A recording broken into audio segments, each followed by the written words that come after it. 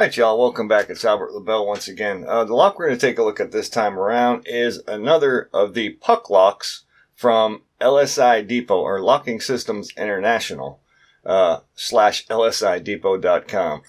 This is their beautiful, and I mean beautiful, stainless steel puck. I mean, the thing weighs in at, I don't know, it's got to be a couple of pounds worth of steel. Just beautiful, absolutely gorgeous, and machined to the T's. Just very, very nicely done.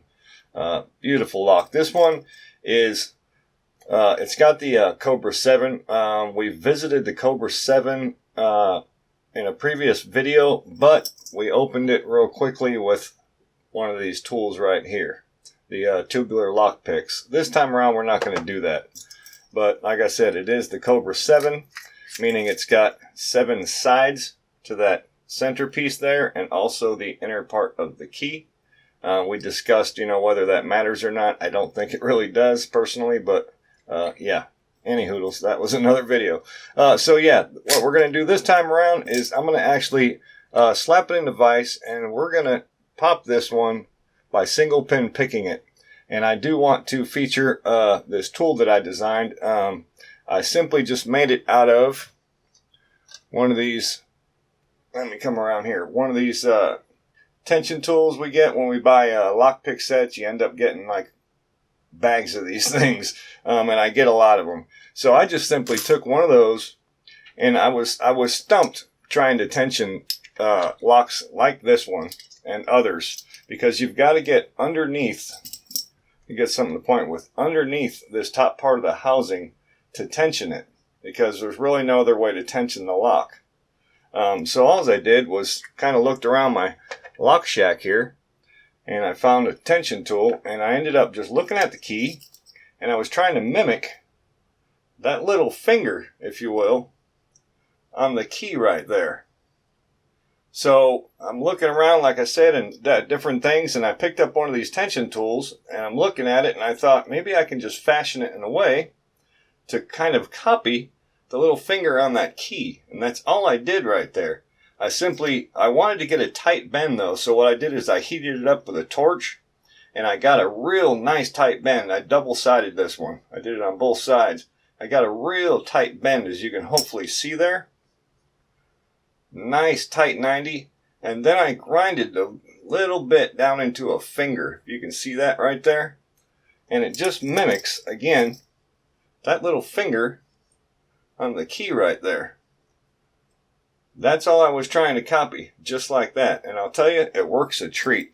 So in order to do this though, it does take 2 hands and 2 tools at the same time, and it's kind of hard to get it on video, so I'm going to swap the camera over to another tripod so that hopefully I can get it in a way where my hands will be out of the way. So work with me for a second here. I'm going to swap you over to this side. Let's tighten this down so it doesn't fall. And let's see. Let me just put it in the vise like so. We'll just do her like this. Maybe bring it over here. And let me see if this is going to work. But you see how the tension tool fits in there. It just fits right in just like that. Bada boom, bada bing. It reaches underneath and it tensions the lock. And it works a treat.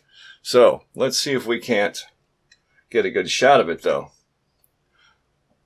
That's going to be the tricky part. So maybe right here. I don't know. Let's see if this is going to work. Okay, so, and you've seen the tension tool I fashioned myself. It's my design. I'm going to use another tension tool to actually pick the pins. So you have to go around in a circle. There are 7 pins, and you got to go around and around until, and you actually have to pick it twice. Because once you pick it the first time, there's 7 pins, and they want to pop into the next chamber, if you will. So then you got to pick it again, but it's not that hard. And in order to get the tool out, you actually have to pick it back. So it gives you practice, I'll tell you what. All right, so let's get a picking. Just start over here. I'm going to try my best to keep my hands out of the way, so I apologize in advance. It's not going to be that easy to do that.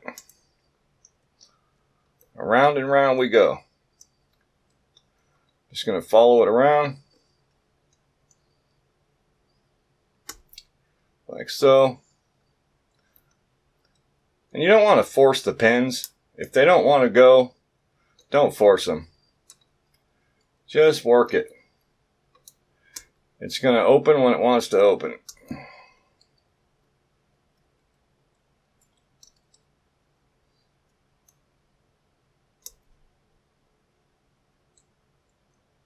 Because it's kind of easy to overset doing this.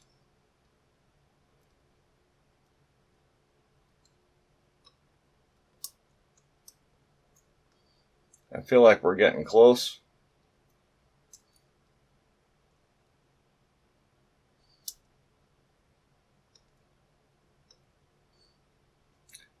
Like I said, I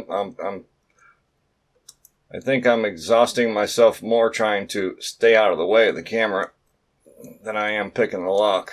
There we go. There's the first one. You see it's not open yet. So we just kind of go around again. Again, trying to keep my hands out of the way. I'll just go this way. This way. They're really not hard to pick. To be perfectly honest with you. Just follow it around. That felt good. I'm not trying to force nothing. I don't want to hurry it up or I will just overset and jam up the whole process. But I'll tell you, this tension tool that I came up with, it does work a treat. It's not perfect. It needs a little bit of work. But I can tell you all something right now. I think you're going to be seeing more of it in the near future. There we go. That's an open. So that's how you do that. I won't bore you with me picking it back to locked. Well, I guess we can try it. May as well.